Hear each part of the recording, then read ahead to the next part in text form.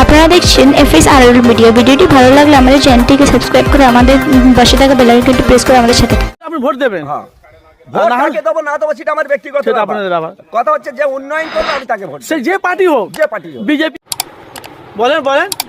যে দেবে তাকে দেবো। আর যদি ভোট কেউ যদি ওনারা তোমাদের উন্নয়ন করবেন তো ভোটটা কি করবে? ভোট বয়কট করে ফেলবো, তাছাড়া বাকি হ্যাঁ তাদের কিছু না, মানে যে কাজ করবে তাকে ভোট দেবেন। যে কাজ করবে তাকে। ভোট বাকি করবে? ভোট বাতিল করবে। আপনি তো দেশের নাগরিক, ভোটটা আপনাকে দিতে হবে।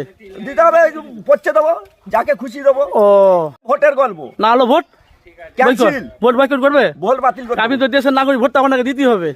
দিতে হবে, পড়ছে দেবো, যাকে খুশি দেবো। সব লঙ্কায় যাবে, শ্রী রাবণ হয়ে দাঁড়াবে।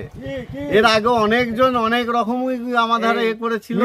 আমি এখন ওনার এতটুকুনি বলতে পারি, উনি ন্যায়ের পথে কথা বলছে, হকের পথে লড়ছে, এইটুকুন আমি ওনাকে বলতে পারি যে ভালো। তো আপনাদের বাড়িতে ভোটের জন্য তো আসবে পাঁচটা দল, CPM, Congress, BJP, Trinamool, ISF.